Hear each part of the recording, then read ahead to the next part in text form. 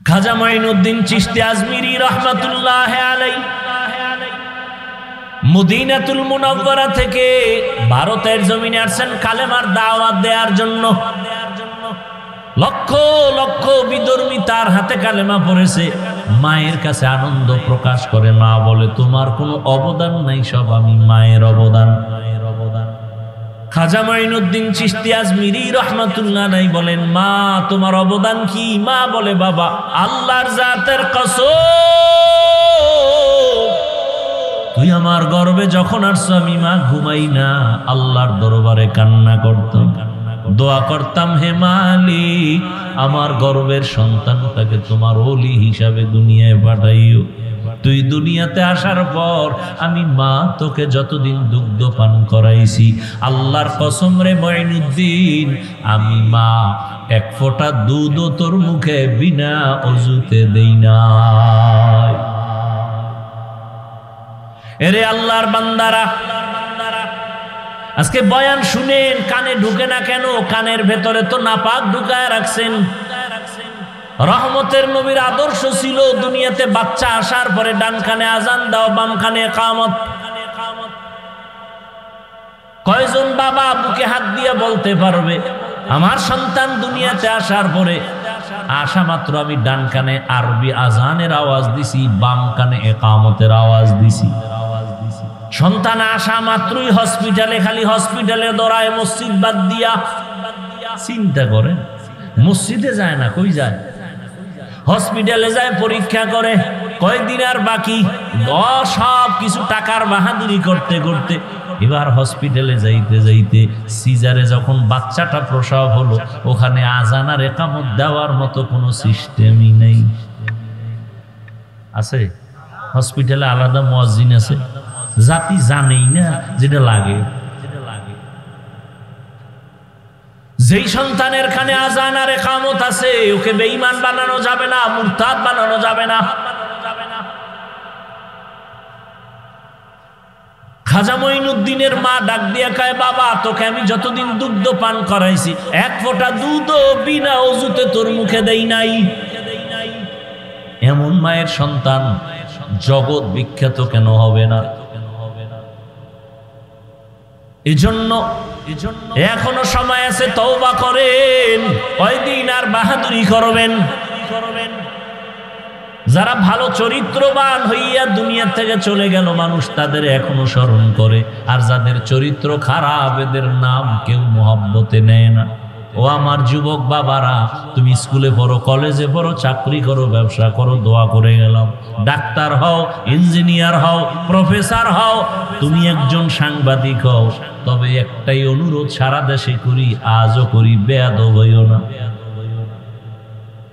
তোমার আচরণে কোনোদিন মা বাবা, শিক্ষক, ওলামায়ে কেরাম, মুরব্বীরা যেন কষ্ট না পায়। কারণ মা বাবার দোয়া ছাড়া সন্তানের কপাল খুলবে না, শিক্ষকের দোয়া না থাকলে ছাত্রের জীবনে সফলতা আসবে না, আলেমদের নেক নজর না থাকলে চরিত্রের সংশোধনী আসবে না।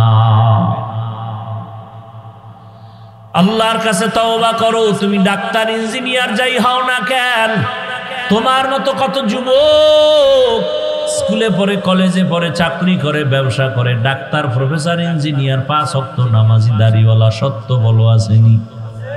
আর কোনো অজের দরকার নাই। এই কথাটা নিজের বিবেককে প্রশ্ন করো। তোমার মতো যুবক যদি স্কুলে পড়িয়া নামাজ পড়ে, তুমি কেন পারবা না? তোমার মতো যুবক যদি র্যাব, আর্মি, পুলিশ, বিডিআরের চাকরি করে যদি নামাজি হয়, তুমি পারবা না কেন? তোমার মতো যুবক যদি ডাক্তার, প্রফেসর, ইঞ্জিনিয়ারিং হইয়াও নামাজ পড়ে, তুমি পারো না কেন? তোমার মতো যুবক রাস্তায় গাড়ি চালায়, কৃষিকাজ করে, নদীর মধ্যে মাছ ধরে, নামাজ পড়ে, তুমি কেন পারবা না? এখনো সময় আছে, তওবা করে নাও। পর্দার আড়ালের মা বোনেরা, আপনার মতো কত মা, কত বোন এখনো আছে, পর্দা রক্ষা করে চলে, স্বামীর মাল হেফাজত করে, মোবাইলে সময় নষ্ট করে না, 5 বেলার নামাজও আদায় করে। এরে আম্মা জান, আপনারা কেন পারবেন না? এখনো সময় আছে, তওবা করে নেন। জীবনটাকে ধন্য করে একটা ভালো সন্তানের মা হইয়া কবরে যাবেন। আপনার জীবনটা দুনিয়ায় ধন্য, আখিরাতেও ধন্য। এরে মুরব্বীরা, আপনার মতো কত বুড়ারা মসজিদে গিয়া নামাজ আদায় করে, আপনারা কেন পারবেন না? আল্লাহর কাছে তওবা করেন, মরিয়া গেল আর গুনাহ করবেন না। ও যুবকরা, তওবা করে নাও, আর নামাজ ছাড়বা না, বেপরদায় চলবা না, মা বাবারে কষ্ট দিবা না। শিক্ষকের দোয়া নিয়া, উলামায়ে কেরামের পরামর্শ নিয়ে নবীর আদর্শে চলবো। আল্লাহ পাক সবাইকে খাঁটি তওবাওয়ালা জিন্দেগি দান করেন, আমিন। আলহামদুলিল্লাহিল্লাযী জাআলাশ শামসা ওয়াল কমারা বিহুসবান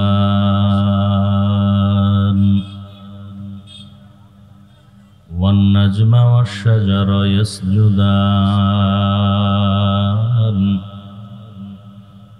وفضل زمانا على زمان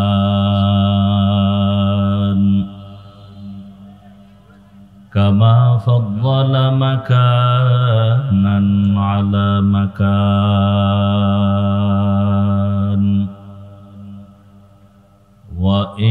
وإنسانا على إنسان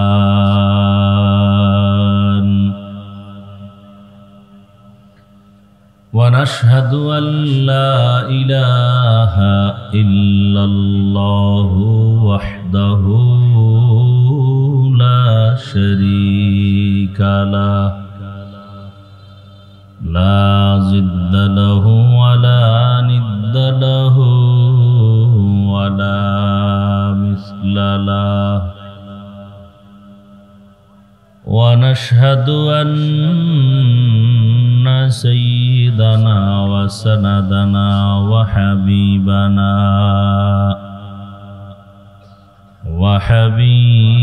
ربنا وطبيبنا وطبيب قلوبنا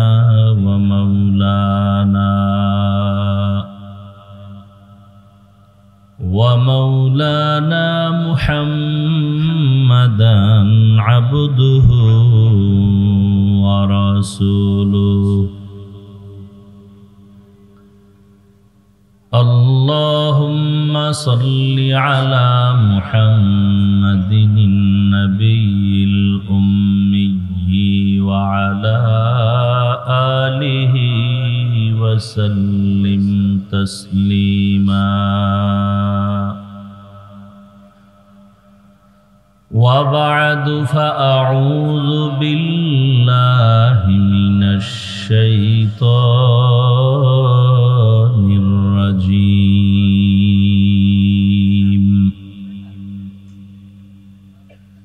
بسم الله الرحمن الرحيم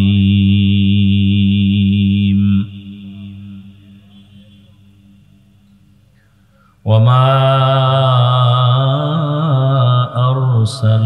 أرسلناك إلا رحمة للعالمين وقال رسول الله صلى الله عليه وآله وسلم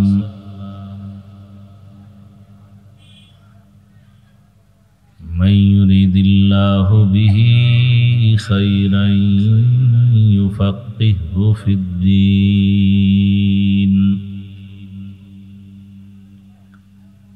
صدق الله مولانا العظيم وصدق رسوله النبي الأمي الكريم ونحن على ذلك من الشاهدين والشاكرين والذاكرين والحمد لله رب العالمين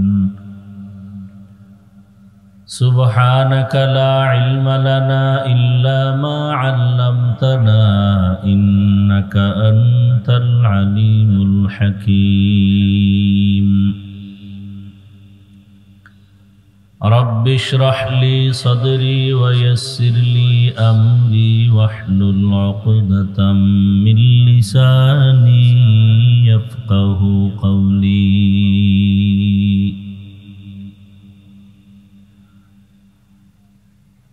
दीन की सूरज डूब रही है हम लोगों के सामने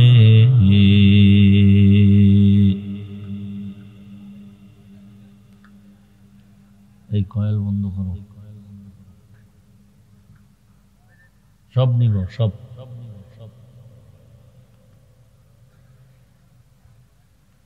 दीन की सूरज डूब रही है हम लोगों की सामने रोज़ महशर क्या जवाब है मुस्तफ़ा की सामने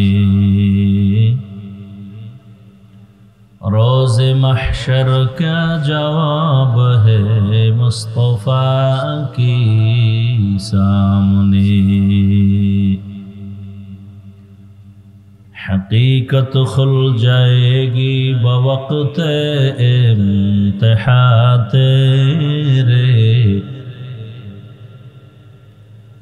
के सुस्ती में या मेहनत में गुजारी जिंदगी तूने के सुस्ती में या मेहनत में गुजारी जिंदगी तूने मुहम्मद ने आकर कुफर को मिटाया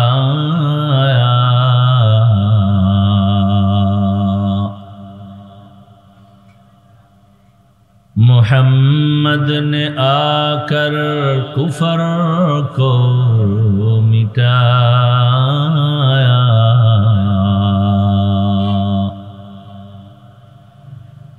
कुफर को मिटाकर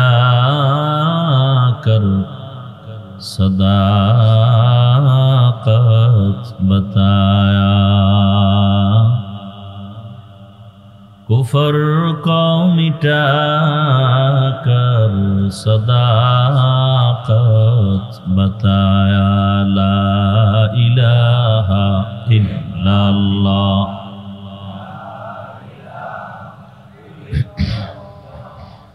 ला इलाहा इल्लल्लाह ला इलाहा इल्लल्लाह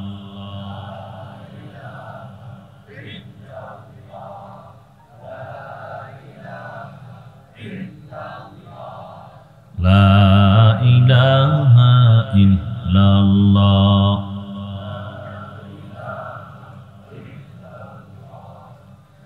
ला इलाहा इल्लल्लाह मुहम्मदुर रसूलुल्लाह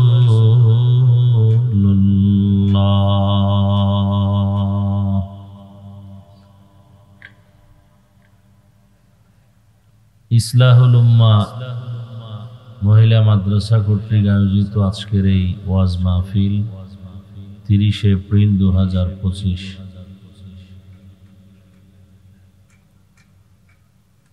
উপস্থিত মোহতারাম সম্মানিত সভাপতি প্রধান অতিথি বিশেষ অতিথি বৃন্দ হযরত উলামায়ে কেরাম এলাকার বিভিন্ন স্থান থেকে আগত আল্লাহ পাকের আশিকিন জাকিরিন শাকিরিন মুহিব্বিন মুরব্বিয়ান এজাম কলিজার টুকরা আমার সমবয়সী যুবক বন্ধুগণ স্নেহের ছোট ভাই পর্দার আড়ালে মাইকের আওয়াজ শ্রবণরতা মা বোনেরা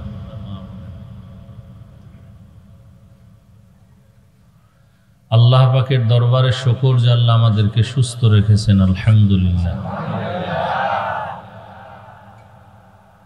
হাজারো লাখো মানুষের মধ্য থেকে বাছাই করে পৃথিবীর শ্রেষ্ঠ মজলিস উলামায়ে আহলে হকের মজলিস গুনাহ মাফের মজলিস তওবা কবুলের মজলিসে আমাদেরকে আল্লাহ হাজারো মানুষের ভেতর থেকে বাছাই করে আসার মতো বসার মতো তৌফিক দান করেছেন। আর একবার শুকর আদায় করি আলহামদুলিল্লাহ। দরুদ ও সালাম সৈয়দুল মুরসালিন রহমাতুল লিল আলামিন শফিউল মুজনিবিন খাতামুন নবিয়্যিন সৈয়দুস সাকালাইন ইমামুল মুরসালিন হযরত মুহাম্মদুর রাসূলুল্লাহ। সবাই আবার পড়েন, নবীজির নামে দরুদ পড়লে সওয়াব না গুনাহ? আল্লাহ বেশি বেশি দরুদের আমল করার তৌফিক দান করেন।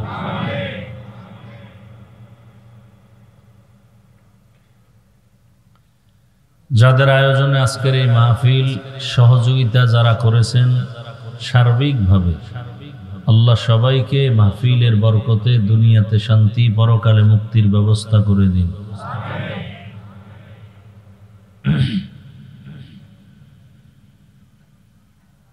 জমিনের মধ্যে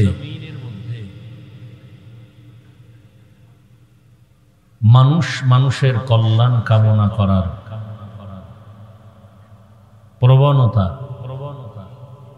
এক কথায় এ জমিনের বাসিন্দাদের জন্য সার্বিক কল্যাণ কামনার্থে দোয়া করা। এই দোয়া একমাত্র দিনদার ব্যক্তি ছাড়া কেউ করে না। এক, দ্বিতীয় হলো দোয়া কবুল হওয়ার অনেক শর্ত আছে। এর মধ্যে আল্লাহর কাছে দোয়া কবুল হওয়ার এক শর্ত হলো আমি যে জবান দিয়ে আল্লাহকে বলবো সে জবানটা পাক হতে হবে। জমিনের অবস্থা খুব করুণ, পাপাচারে ভরে গেছে গোটা দুনিয়া। এই তোমরা চালাইতে পারো না, ইকো দাও কেন? রিভাব দাও।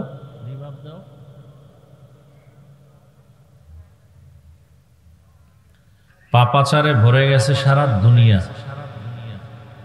কেমন ভরছে যে পাপ করার জন্য মানুষ প্রতিযোগিতা করে। কি করে? প্রতিযোগিতা। এবং পাপের প্রশিক্ষণ দেয়। আপনি এত যদি ডিস্টার্ব করে, আপনি চিন্তা করতে পারেন পৃথিবীতে যত বড় ক্ষমতাধর হোক, নারী বা পুরুষ, টাকা আছে, বাড়ি আছে, গাড়ি আছে, ক্ষমতা আছে, সারা দুনিয়া জোড়া, কিন্তু চরিত্র যদি খারাপ হয় তাহলে তার ঘরওয়ালারাও তাকে পছন্দ করে না। কথা ঠিক? তাহলে জীবনের সব থেকে পাওয়ার হলো চরিত্র, আখলাক। স্বাভাবিক যেটা আছে ব্যবহার, সেটা তো আছেই।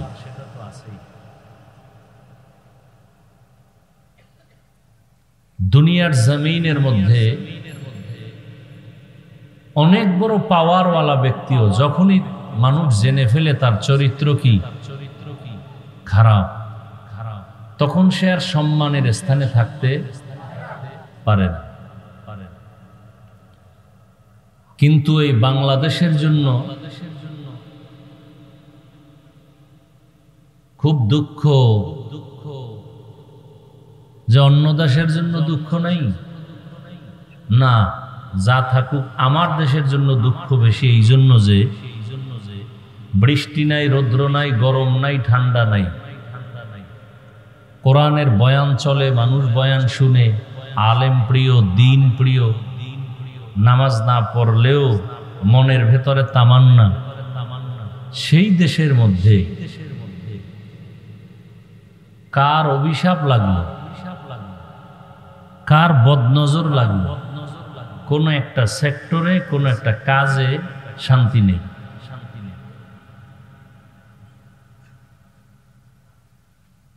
সুদ ঘুষে, মানে অন্যায়গুলো ছোট না, মারাত্মক, যার উপরে আর অন্যায় নেই।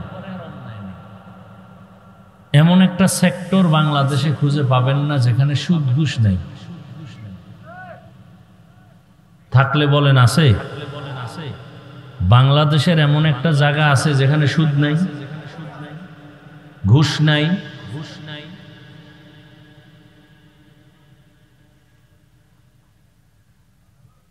তো যে চরিত্রহীনতার কারণে পৃথিবী জোড়া দামি মানুষটাও মানুষের কাছে ঘৃণিত হয়ে যায়। সেই চরিত্রহীন মানুষগুলো সমাজে কথা বলে বুক ফুলায় এবং তাদের ছায়ায় বসে, এটা আমাদের কপাল খারাপ। চিহ্নিত চরিত্রহীন বা চরিত্রহীনা যারা অল টাইম জেনা ব্যভিচারে লিপ্ত, এরা নিজের অধিকার ফিরানোর জন্য তো আন্দোলন বা কোনো আরজি আবেদন পেশ করবে দূরের কথা, বরং আল্লাহর আইনের উপরে তারা মন্তব্য করে কলম ধরার মতো দুঃসাহস ইদানিং কালে দেখাচ্ছে। কমিশন তৈরি করে এখানে অনেক শিক্ষিত মুসলমান, আল্লাহ বিবেক দিছে, আপনারা বলেন, আপনারা কি এই জন্য স্বাধীন করেন? হ্যাঁ, দেশ স্বাধীন কি হইল? কি স্বাধীন করলে?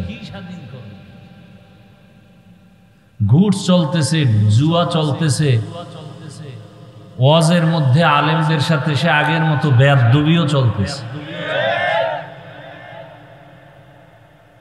কি স্বাধীন করলেন?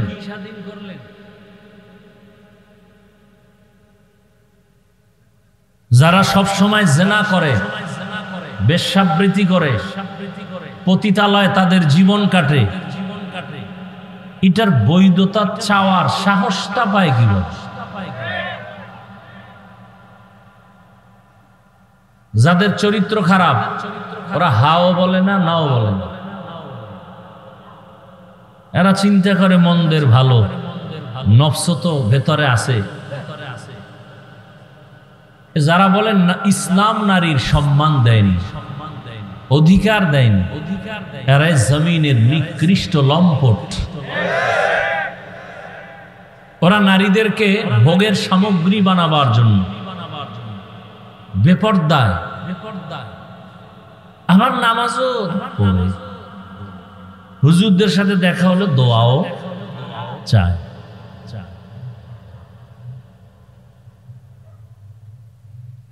কি বয়ান শুনবেন?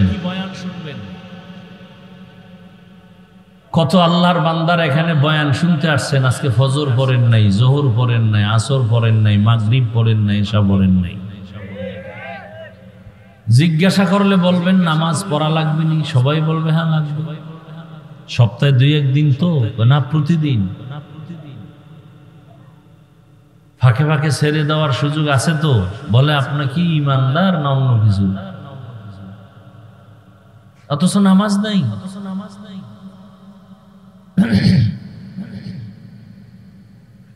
এই জমিনের মধ্যে ওলামায়ে কেরাম, কোরআনওয়ালারা কোনো মানুষকে একটা গালি দেয় না, ক্ষতি করে না। এরপরও এদের সাথে দুশ্মনী কেন মানুষের? একমাত্র কারণ ওদের আকাম যেন সুযোগ মতো করতে পারে, এই জন্য আলেমদেরকে দূরে রাখার অপচেষ্টা। দেশটা প্রত্যেকটা কাজ নোংরামিতে ভরে গেছে। সব থেকে বেশি নোংরামি রাজনীতি নিয়ে চলে, সব থেকে বেশি। সবাই বলে মসজিদ নিয়ে রাজনীতি নাই। বাংলাদেশে একটা মসজিদ দেখান তো কোথায় রাজনীতি চলে না। এই সবগুলো এই সব রাজনীতি করে ধর্ম নিয়ে, চান্দাবাজ আর ধান্দাবাজের দলেরা। নাপাক তো কম খাইলেন না জীবন, আর কত খাইবেন? আজকে ঢাকার শহরে আপনারা দেখেছেন ইসলামী আন্দোলন, খেলাফত মজলিস, খেলাফত আন্দোলন, জামায়াতে ইসলামী, সহ সব ইসলামী দলের উল্লেখযোগ্য ব্যক্তি, আমির, সবাই এক প্ল্যাটফর্মে আওয়াজ দিয়েছেন, আওয়াজ তুলতেছেন ঈমানের দাবিতে। কেউ তার ব্যক্তি স্বার্থ নিয়ে স্লোগান দেয় না, চায় না, ইসলাম চায়, মানুষের অধিকার প্রতিষ্ঠা করতে চায়। চোর কোনদিন মানুষের সম্পদের নিরাপত্তা দিতে পারে না, পারে? অন্ধ কোনদিন মানুষকে পথ দেখাতে পারে না। তাহলে সেই চোর দিয়ে আপনি সমাজকে সংস্কার করবেন, হবে না? দেখছেন তো বহুত কিছু, আর কত? যদি সোজা না হন তাহলে ফিলিস্তিনের পরিণামের অপেক্ষায় থাকেন। আপনি মনে করছেন বাংলাদেশ খুব পাওয়ারওয়ালা, লিস্টির বাইরে। আপনি বেঈমানরা মনে করে বাংলাদেশ মানে একটা টোকা দিলে নাই, আর আসলেই কি আছে? আপনি ওয়াজে আসছেন ঠিক, কিন্তু আপনার ব্যবসা চলে হারাম টাকায়। আপনার মেয়ে, ছেলে, স্ত্রী, পরিবার কয়জন দিন অনুযায়ী চলে। আপনাকে তো কিছু ধমক দেওয়া লাগবে না, হালকা একটু লোভ দেখাইলেই তো আপনি আল্লাহকে ভুলে যাবেন। আর সে দেখানো লাগবে কেন? হিন্দুদের পূজায় গিয়া সন্তেষ খাইয়া যেই কপাল পরারা স্লোগান দেয়, ধর্ম যার যার, কি জানি তার মানে কি? বিবাহ যার যার, বউ সবার। আপনি হাসেন কেন? এই আকামগুলো চলে না সোনার বাংলায়?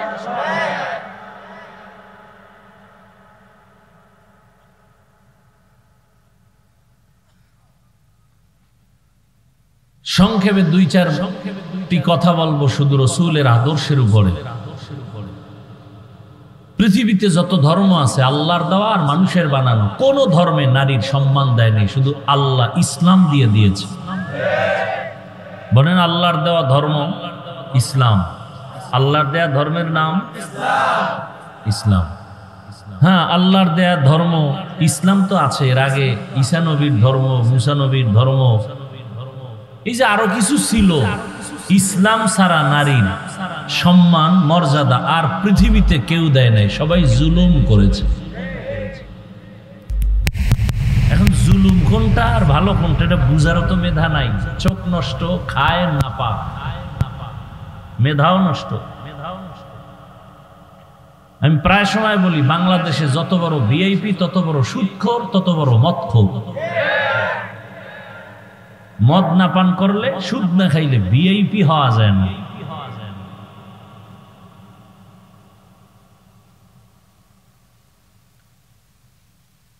আল্লাহ সব ভাইকে হেদায়াত দান করেন। সকলের পরিচিত একটা আয়াত আমি পড়েছি, মনে আছে না?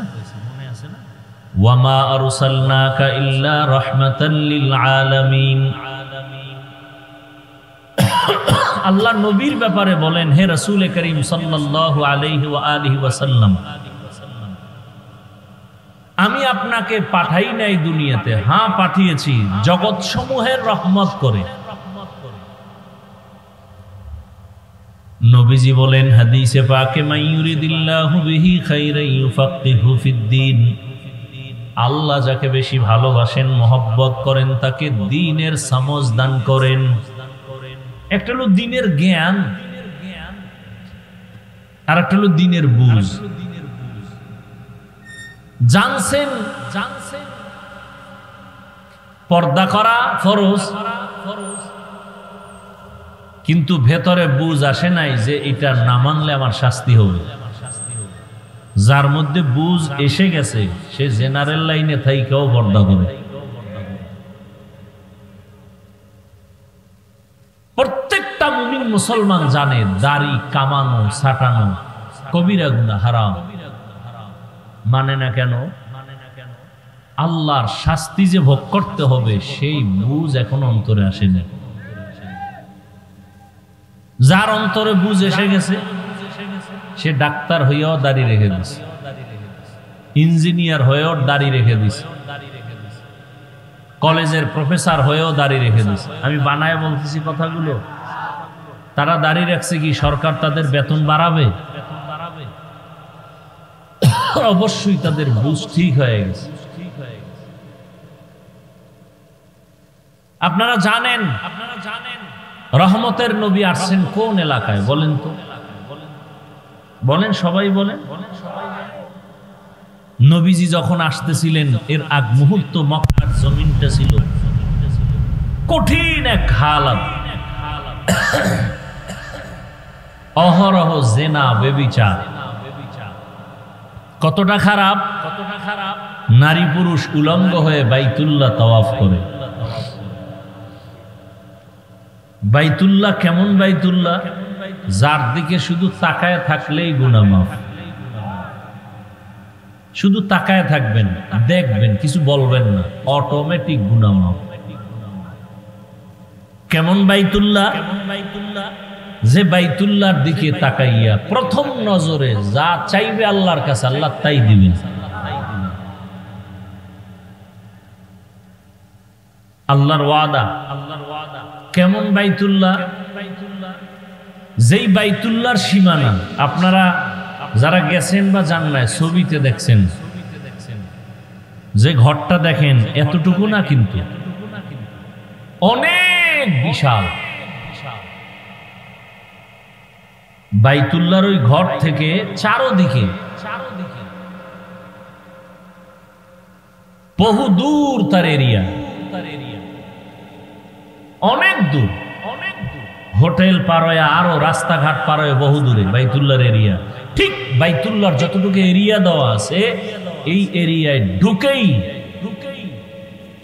যদি বলে আল্লাহ একবার, 1,00,000 বার আল্লাহ বলার সওয়াব।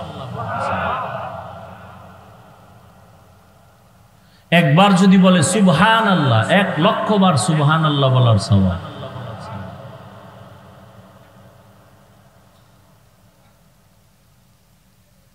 আল্লাহ নিজে বাইতুল্লাহর মর্যাদার ঘোষণা কোরআনে দিয়েছেন। ইন্না আউওয়ালা বাইতিন উযিআ লিন-নাসি লাল্লাযী বিবাক্কাতা মুবারাকান ওয়া হুদাল লিল আলামিন। পৃথিবী নামক গ্রহ যখন টোটাল অস্তিত্বে আসে নাই, ঠিক আল্লাহ রাব্বুল আলামিন তখন আংশিক অস্তিত্বে আসা মাত্রই আল্লাহ প্রথম একটা ঘর বানাইলেন বাইতুল্লাহ।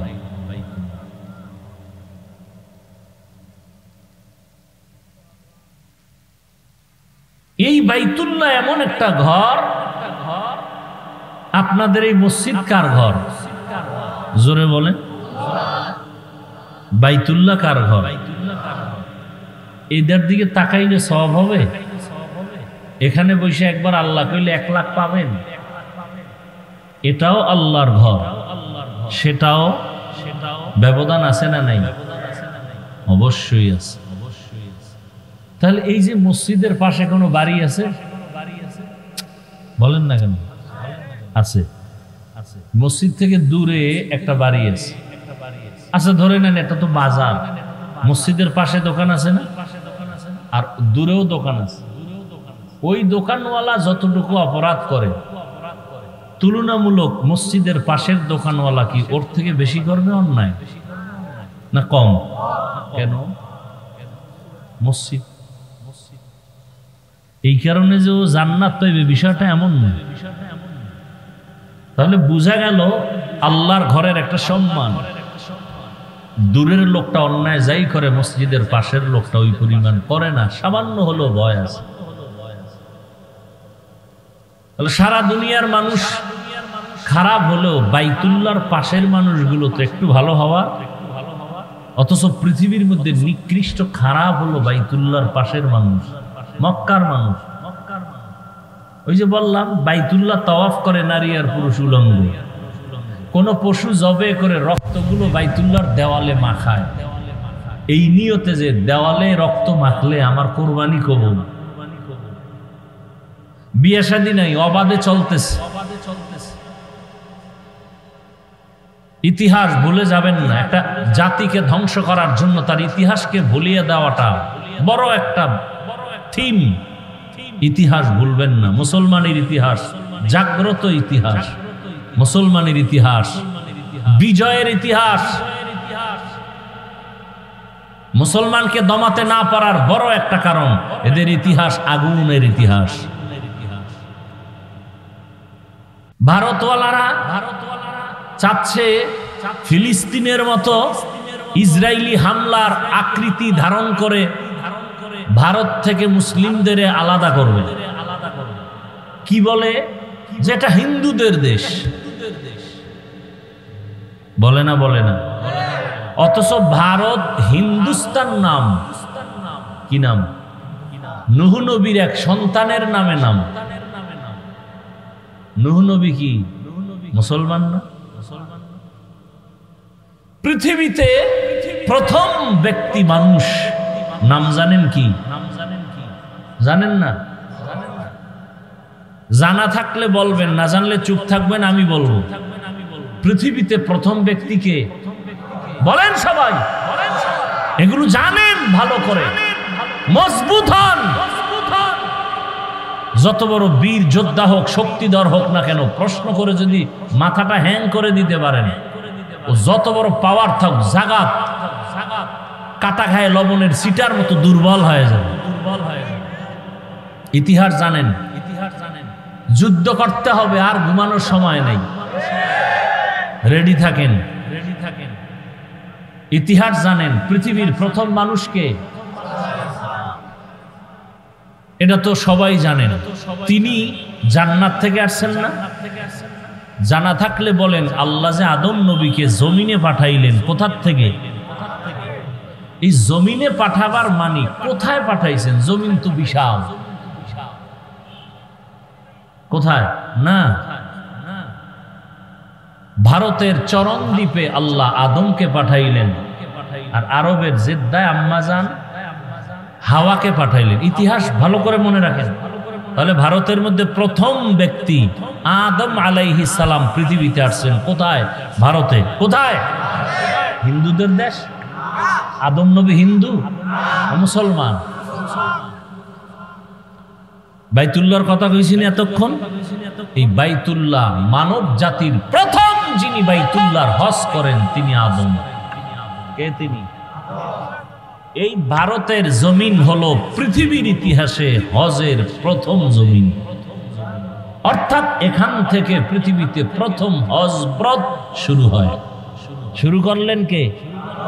এখান থেকে আদম নবী 40 বার গিয়া হেঁটে হেঁটে বাইতুল্লাহ হজ করেছেন। তাহলে পৃথিবীতে প্রথম বাইতুল্লাহর দিকে হজের সফর শুরু হয়েছে কোথার থেকে? বলেন। ভারত হিন্দুদের। কথা বলেন না কেন? দিল্লি শহরে কুতুব মিনার দাঁড়ানো আছে আজও। কি মিনার? হিন্দু।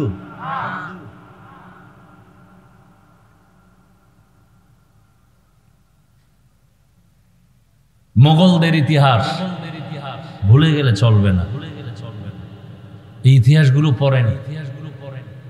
বই কিনবেন না, মোবাইলে সার্চ দেন। মোগল সম্রাট কারা? বাদশাহ শাহজাহান। তাজমহল আসেনি ভারতে? হিন্দুদের।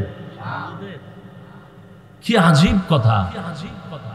ইতিহাস আমরা নিয়ে গবেষণা করি না, এক গজবের মোবাইল দিয়া সব ধ্বংস। চাইলেই কিন্তু এখান থেকেই নিতে পারে। গুগলে সার্চ দাও, আগ্রার তাজমহল কে বানাইল? মোগলদের ইতিহাস কি? বাদশাহ আলমগীর কে? কুতুব মিনার কার?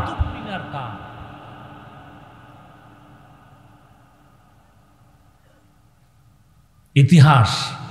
স্পেন জমিন আজকে আজান বন্ধ, অথচ সেই 800 বছর স্পেন জমিন শাসন করেছেন লাগাতার মুসলমান।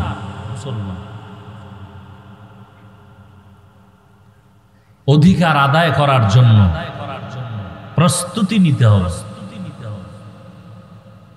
রাজি আছেন? অধিকার আদায় করতে হবে। আমরা নারীর বিরুদ্ধে না, বরং নারীর অধিকার আদায়ের জন্য আমরা কথা বলতেছি। ইসলাম ছাড়া নারীর অধিকার কেউ দেয়নি। যারা বলে দেয় নাই, ইসলাম দেয় নাই, ওরা এই জমিনের চরিত্রহীন, ওরা নারীর দুশ্মন। হিন্দুদের ধর্মের কিতাবগুলো খুঁজেন, নারীদের উপরে জুলুম। খ্রিস্টানদের ধর্মের কিতাব খুঁজেন, নারীদের উপরে জুলুম। ইহুদিদের ধর্মের কিতাব খুঁজেন, নারীদের উপরে জুলুম। একমাত্র ইসলাম নারীর উপরে ইনসাফ শুধু না, এহসান করেছে। ইনসাফ না কি এহসান। তো মক্কার মানুষ ছিল চূড়ান্ত খারাপ। এই অবস্থায় পৃথিবীর শ্রেষ্ঠ রোগীদের জন্য শ্রেষ্ঠ ডাক্তার আল্লাহ পাঠাইলেন রহমাতুল্লিল। আরবের মধ্যে আর একটা মারাত্মক মারাত্মক অভিশাপ ছিল, কন্যা নারীদেরকে আরববাসীরা পছন্দ করে না। এটা জানেন না? বিধবা নারীকে পছন্দ করে না। কোন বাবার মেয়ে হলে বাবা লজ্জায় মুখ দেখায় না, বাজারে যায় না। মেয়ে কন্যা সন্তান হলেই মনে করে আমার কপালে অভিশাপ। বুঝেন কেমন অবস্থা মক্কা। নারীদের তারা অবহেলা করে। ঘরের মধ্যে ছেলে হলে সবাই ঈদের আনন্দ করে, মেয়ে হলে মনটা বেজার। এমন এক কঠিন সময় আসছে রহমাতুল্লিল আলামিন। ইমামুল আউয়ালিন আল আখিরিন বাহরে সাদকা রাহমাতাল লিল আলামিন। রহমতের নবী মক্কা নগরীতে এমন এক হালাতে আসলেন যেই সময় নারীদেরকে সমাজের সবাই অবহেলা করে। রহমতের নবী আসছেন। কেমন এক নবী আমার এক মিনিটে বলি বুঝার। ওই যে শুরুতেই বলেছি মাওলায় বুঝ না দিলে কি উপায়। আল্লাহ যদি বুঝ না দেন, বুঝার চেষ্টাও না করেন, আমি হাফিজুর রহমান কেন রহমতের নবীও যদি বয়ান করে, আবু জাহালের মতো বেঈমানের বুঝও ঠিক হয় না। গরবা সুরত আদমি ইনসাবুদে আহমদ বু জাহলো হামেক সাবুদে আদমিরা আদমিয়ত লাজমাস্ত উদেরাগর বুনা বাশুদ হি জামা। রহমতের নবী মক্কা নগরীতে আসলেন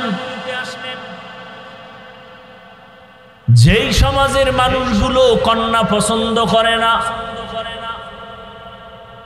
রহমতের নবী পৃথিবীর এক শ্রেষ্ঠ ডাক্তার, যেই ডাক্তারের চিকিৎসার প্রেসক্রিপশন দেওয়ার পরে যেই রোগীর জীবন পর্যন্ত কোনোদিন আর কোনো ডাক্তার দেখাতে হয় না, ওই ডাক্তার ওই রোগীদের জন্য শ্রেষ্ঠ ডাক্তার। আমার নবী এমন শ্রেষ্ঠ ডাক্তার, কিয়ামত পর্যন্ত এই জমিনে যত রোগী আসবে সব রোগীদের জন্য ঔষধ দিছেন আমার নবীর প্রেসক্রিপশন। কিয়ামত পর্যন্ত আর কোনো নবীও লাগবে না, গোলাম আহমদ কাদিয়ানি লাগবে না। এই জমিনে কিয়ামত পর্যন্ত যত রোগ মানুষ তোমার হবে, সব রোগীদের রোগের একটাই ঔষধ, রাহমাতুল লিল আলামিনের আদর্শ।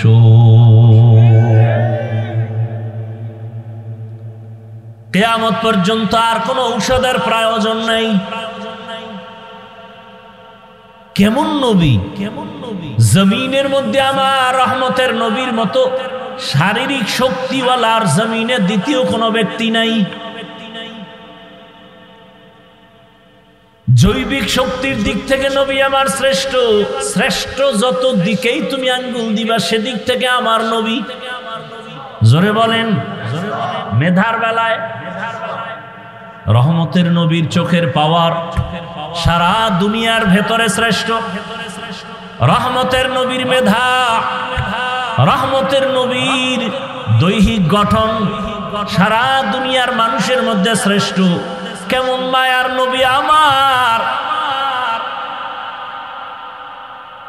মানুষ অনেক সুন্দর, অনেক সুন্দর, আমার নবী কেমন সুন্দর যে বয়ান করিয়া শেষ করা যাবে না। রহমতের নবীর আখলাক কত সুন্দর, যেই নবীকে এক নজর দেখার জন্য গর্তের পিপিলিকা অপেক্ষা করে, যেই রহমতের নবীর চেহারা মোবারক দেখার জন্য গর্তের সাপ অপেক্ষা করে। কেমন মায়ার নবী আমার। সারা দুনিয়ার মানুষের শক্তি এক জায়গায় করলেও নবীর শক্তির সামনে তুলনা হবে না। আর সেই নবীর 25 বছর বয়সে কেমন যৌবন, কেমন শক্তি নবীর। কিন্তু আল্লাহর কুদরত দেখো, জাতি ভুলিও না। রহমতের নবী 25 বছরের বয়সের যৌবনটা কত মারাত্মক। ঠিক এমন সময় নবী বিবাহ করবেন পৃথিবীর এক শ্রেষ্ঠ কুমারী নারী, কিন্তু না, ইতিহাস রহমতের নবী এই টাইমে এমন একজন নারীকে বিবাহের বন্ধনে নিলেন, যেই নারীর নাম আপনারা জানেন, খাদিজা রাদিয়াল্লাহু আনহা। 2 জন স্বামী বিদায় হয়ে গেল, আবার বয়সটাও তার 40 বছর। মাথা নষ্ট করবেন না, বুঝার চেষ্টা করেন। এত বড় এক দামি নবী, এত বড় এক শক্তিওয়ালা মায়ার নবী, এত সুন্দর চরিত্রের অধিকারী আমার নবী, ঠিক যৌবনের সময় বিবাহের বন্ধনে প্রথম,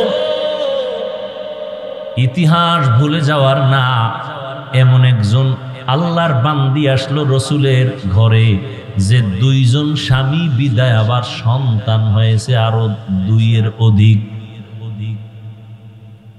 তৃতীয় স্বামী হিসাবে রহমতের নবীকে নিলেন, আবার বয়সও সমান। কার? 40 বছর। কার? আহা, নবী এমন কেন করলেন, আর আল্লাহ করাইলেন কেন? সারা দুনিয়ার মানুষের জানায় দেওয়ার জন্য কিয়ামত পর্যন্ত ইতিহাস লিখে রাখো। হে চরিত্রহীন নারীর দুশ্মনেরা, ভালো করে লিখে রাখ, ইসলাম সারা এই জমিনে বিধবা নারীর অধিকার আর কেউ দেয় নাই।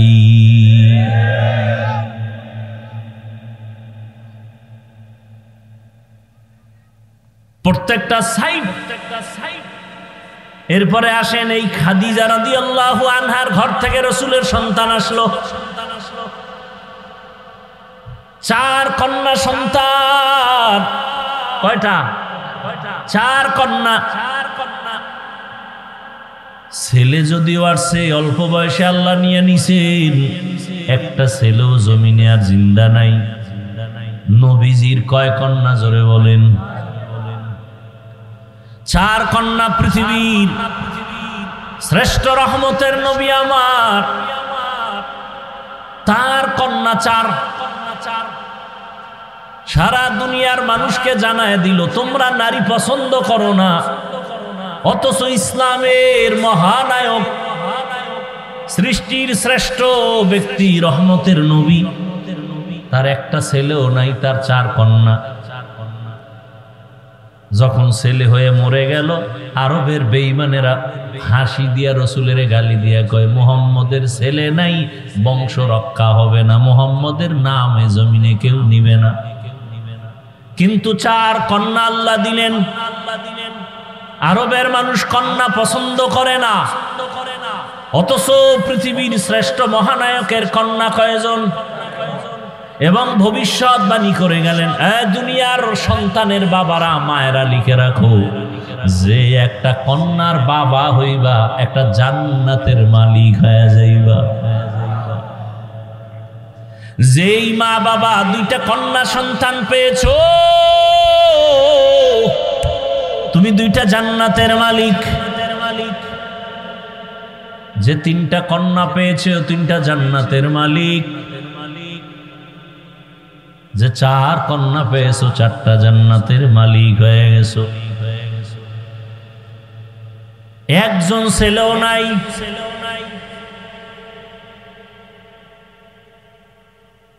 আমি যদি শুধু নারীর সম্মান নিয়ে বয়ান চালাই সারা রাত চলে যাবে। এরপরেও যারা নারীর সম্মান ভিন্ন দিকে খোঁজার চেষ্টা করে, এটা আমি বলবো চেষ্টা না, এটা হলো অপচেষ্টা। কি চেষ্টা? অপচেষ্টা। ওরা আসলে নারীর সম্মান চায় না, নারীকে রাস্তার ধুলার সাথে মিশাইয়া ভোগের সামগ্রী বানাতে চায়। ওরা নারীর সম্মান নষ্ট করার জন্য পাগল হয়ে গেছে। ওরা চরিত্রহীন। আমার মায়ের ইজ্জত, আমার বোনের ইজ্জত রক্ষার জন্য আর দেরি করা যাবে না। এত লাশ, এত লাশ, এত লাশ, এত রক্ত, এত কষ্ট, এত ত্যাগের পরও এই জমিনের মধ্যে যদি এখনো নাপাকের গন্ধ আসে, কাফনের কাপড় রেডি হইয়া হাতে নাও, এখন আর ঘরে বসে থাকার সময় না।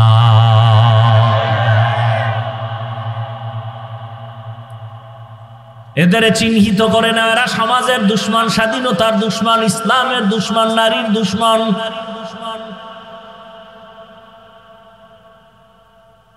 নারীর সম্মান বাস্তবে দেখতে চাইলে আফগানিস্তানে যাও।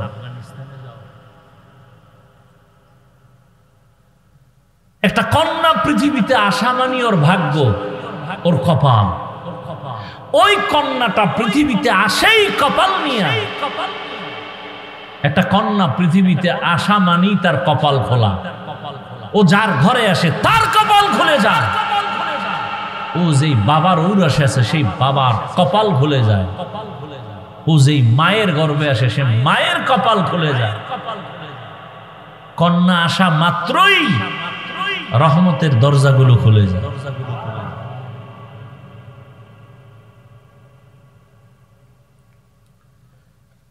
এই জন্য না প্রবাদ আছে না, প্রবাদ, সংসার ধন্য হয় রমণীর গুণে, সংসার ধ্বংস হয় নারীর কারণে। ইসলাম ছাড়া নারীর সম্মান অধিকার কেউ দিতে পারে নাই। আমরা হুজুরেরা নারীর অসম্মান চাই, এটা কিভাবে বুঝাবো বলেন তো? আসলে যার চোখের চশমার আয়না কালো, তাকে কেমনে বুঝাবো বাতি সাদা? ও তো বলে জমিন বাতি সব কালো। যার নাকের ঘ্রাণ শক্তি দুর্বল, ওর কাছে পায়খানা রাতর সমান।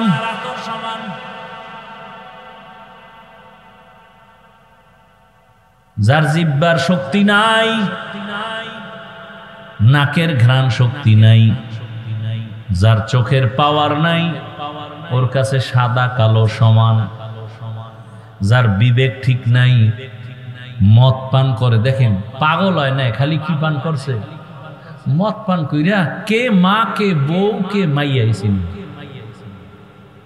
শুধু একটু মদ পান করার কারণে বউরে মা কয়। এবার পুরা তার ছেড়া হইলে উপায় কি?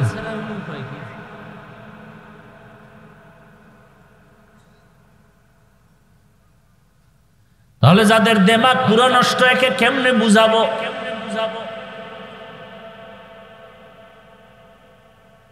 জমিনের মধ্যে নারীদের মতো বাদশা আর কেউ নাই। নারী দুনিয়াতে আসার পরে বিবাহের সিঁড়িতে ঢুকানো পর্যন্ত মা বাবা তার লালন পালন করবে, দায়িত্ব পালন করবে। স্বামীর ঘরে যখন যাবে, স্ত্রী হিসাবে স্বামী তার ভরণ পোষণের দায়িত্ব পালন করবে। স্ত্রীর কোনো কাজের প্রয়োজন হবে না, রোদের মধ্যে যাইয়া নারীর কষ্ট করতে হবে না। এরপরে যখন আবার বৃদ্ধা হয়ে যাবে, সন্তান মা হিসাবে তার দায়িত্ব পালন করবে। এখন এক চালাক বাঙালি ডাক দিয়া কয়, যার স্বামী নাই, মা বাপ নাই, ছেলে মেয়ে নাই, একা এক নারী, এর উপায় কি? ইসলাম বলে ওই দেশের সরকার নারীর সম্মান ঠিক রাখিয়া ঘরে রাখবে, আরামে খাবে, ঘুমাবে, আর সরকারি কোষাগার থেকে তার বেতন দিবে, বস্ত্র দিবে, সব কিছু দিবে সরকার। নারীকে কোনো কষ্টের কাজ করানো যাবে না।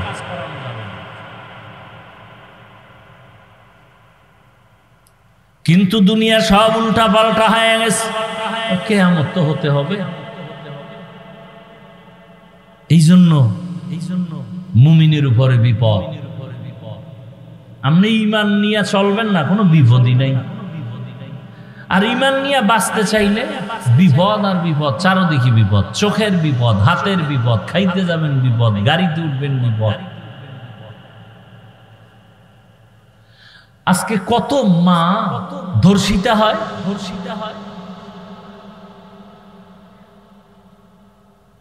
কত মায়ের মুখে অ্যাসিড নিক্ষেপ করা হয়।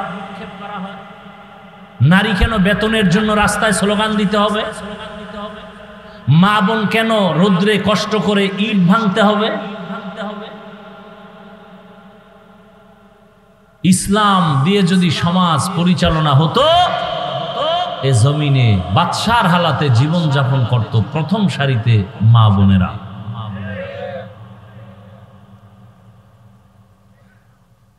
কিন্তু চরিত্রহীন লম্পট যারা, এরা নারীদের এই অবস্থায় নিতে দিবে না।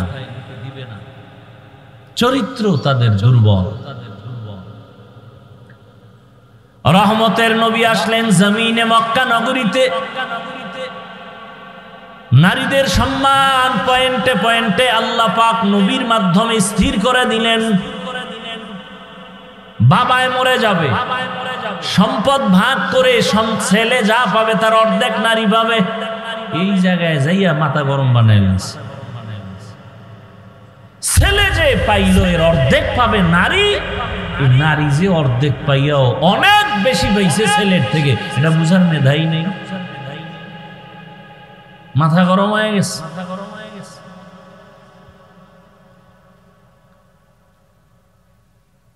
কিয়ামতের ময়দানে রব্বুল আলামিন যদি জিজ্ঞাসা করেন আমার দ্বীনের জন্য বিনা হিসাবে জান্নাত পাওয়ার যত রাস্তা আছে, এর মধ্যে একটা সর্বোৎকৃষ্ট রাস্তা হলো শাহাদাতের রাস্তা। আল্লাহ যদি বলেন হাসরের ময়দানে আমার শাহাদাতের রাস্তা দিয়া কে সর্বপ্রথম জান্নাতে যাইতে চাও, একজন পুরুষও দাঁড়াতে পারবে না, একজন নারী দাঁড়ায় বলবে আমি আল্লাহ আপনার এই কথা অনুযায়ী আমি পারবো। আমি একজন নারী, পুরুষ না, আমার নাম হলো সুমাইয়া রাদিয়াল্লাহু আনহা। আল্লাহ যদি বলেন আমার দ্বীনকে জিন্দা রাখার জন্য কে এক জমিন থেকে জন্মভূমি ত্যাগ করে হিজরত করেছো, সৌভাগ্যবান কে, আমি তাকে পুরস্কার দিব। একজন পুরুষ দাঁড়াতে পারবে না, একজন নারী দাঁড়ায়। সে নারীকে রহমতের নবীর মেয়ে উসমান রাদিয়াল্লাহু তাআলা আনহুর স্ত্রী রুকাইয়া রাদিয়াল্লাহু আনহা। তাহলে নারীর সম্মান ইসলাম ছাড়া কে দিয়েছে বলো? আর আজকে আলেম ওলামাদের এত কিছুর পরে আবার আন্দোলন করতে হবে নারীর ইজ্জত রক্ষার জন্য। এদেশের যুবক এদের চরিত্র নষ্ট করবে আর এদের লাইসেন্স দিতে হবে বৈধ। আল্লাহ হেদায়েত দান করুন। এই জন্য ছাগল দিয়া গরুর হাল চাষ করা যায়। হায় হায়, দেখেন না, কথা বলতেই দিবেন। এই যে কথাগুলো বললাম, কিছু বুঝ আসছে না? এখন যদি আমাকে এই কথাগুলো বলতে না দেওয়া হয় তাহলে আপনি বুঝবেন কিভাবে? তাহলে যারা বুঝে এরা বলতে দেয় না, বন্ধ করে রাখে। বললেই তাদের বিপদ। এই জন্য মসজিদগুলো, মাদ্রাসাগুলো সব পয়েন্টে পয়েন্টে পয়েন্টে চান্দাবাজার ধান্দাবাজারা দখল করে বসে আছে। মসজিদ নিয়েও চান্দাবাজি, মাদ্রাসা নিয়ে ধান্দাবাজি, সারা দেশ ঘুরি, এগুলি কি আর দেখা বাকি আছে? শিয়ালের হাতে মুরগি আমানত দিছে। হ্যাঁ, মুরগি আমানত দিছে কার কাছে? হ্যাঁ, আমানত ঠিক থাকবে? সুদখোর ঘুষখোর বেনামাজির হাতে মাদ্রাসা মসজিদের চাবি দিলে কেমনি ঠিক থাকবে? আরে চাবি দিছে কি জিব্রাইল? আমরা হুজুরেরা না ভোটের আগে আপনারা টাকা খাইছেন পায়খানার নামে চোরের মতো ওপেন খাইতে পারেন নাই তো, ভোর রাত্রে খাইছেন তাহাজ্জুদের টাইম, বরকতের সময়।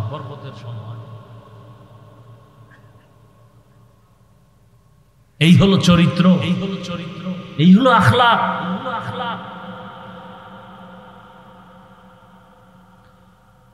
আল্লাহ হেদায়েত দান করুন।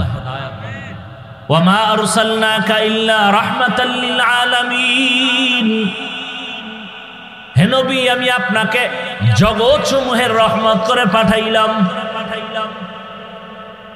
রহমতের নবীর কারণে মক্কার মানুষগুলো এত দামি হয়ে গেল।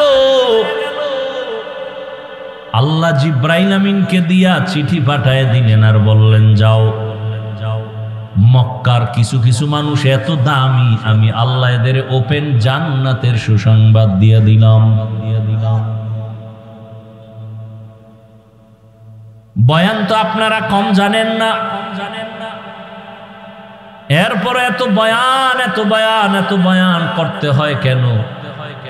আপনারাও তো জানেন মিথ্যা বলা হারাম, গালি দেওয়া হারাম, চুরি হারাম, ডাকাতি হারাম, নাচ দেখা হারাম, গান শোনা হারাম। এরপর আপনারা করেন, আমরা বাধা দিলে আপনি আমার আর সালাম দেন না, দিলেও নেন না, স্বার্থে আঘাত লাগছে শেষ। আর খতিব সাহেব যদি বলে তো চাকরি শেষ, পাই 2-4 হাজার টাকা, মানে এটা রিমান্ডের মধ্যে থাকি ইমাম সাহেব। আপনারা যারা সরকারি চাকরি করেন, বেসরকারি চাকরি করেন, প্রতিদিনের ডিউটি কয় ঘন্টা বলেন? 8 ঘন্টা ডিউটি, বেতন কত মাসে? নিম্নে বলেন, প্রতিদিন 8 ঘন্টা ডিউটি, মাসে 20,000 টাকা নেন, আবার টেবিলের নিচে তো আরো কত মুক্তা টুক্তা পান। মসজিদের ইমাম সাহেবের ডিউটি কয় ঘন্টা প্রতিদিন বলেন না কেন? বেতন কত? কয় হাজার? ঘুমের ভিতরে ঠাডা পড়া দরকার ছিল এই জাতির উপরে, শুধু মুহাম্মদের উম্মত হওয়ার কারণে আল্লাহ হেফাজত করছে। রহমতের নবীর উম্মত হওয়ার কারণে আল্লাহ হেফাজত করেছেন। 24টা ঘন্টা ইমাম সাহেব ডিউটি করে, বেতন 5-6 হাজার, তাও ঠিক মতো দেয়া হয় না। আবার 2-1 ওয়াক্ত নামাজ যদি হুজুর না থাকে, রিক্সা ড্রাইভার দইরা জিগায় হুজুর গেছিলেন কই? ইমাম কয় কে তুমি? আমি রিক্সা ড্রাইভার। এত পাওয়ার? মাসে 5 টাকা বেতন দিই। এরকম বেয়াদব আছে না নাই? জিন্দেগি মে বন্দেগি তু করনা হে, जिंदगी में बंदगी तू करना है, जिंदगी बे बंदगी शर्मिंदा है, जिंदगी बे बंदगी शर्मिंदा है। यहाँ हम सब मुसाफिर दिल ना लगा, अहले दिल की नजर से रूह करता जा,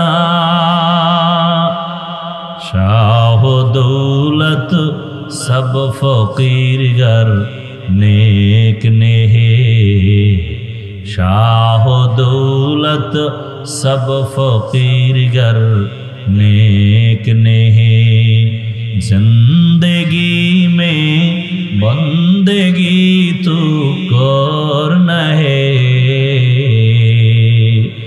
जिंदगी बे बंदगी शर्मिंदा है, जिंदगी बे बंदगी शर्मिंदा है।